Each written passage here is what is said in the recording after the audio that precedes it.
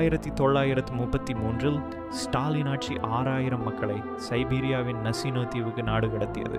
அவர்கள் திரும்பி வரவில்லை. இந்த தீவில் உணவு இல்லை, தங்குமிடம் இல்லை, எதுவுமே இல்லை. சில வாரங்களுக்குள் பசியால் வேதனைப்பட்ட மக்கள் மனிதர்களையே உண்ண ஆரம்பித்தனர்.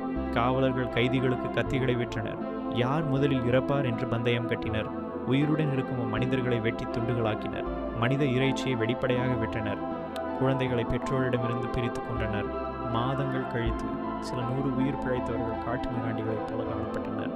சோவியத் அரசு இந்த கொடுமையை பல தசாப்தங்கள் மறைத்து வைத்தது. இரகசிய ஆவணங்கள் வெளிப்படுத்தின. இது நாடு கடத்தல் அல்ல, திட்டமிட்ட படுகொலை.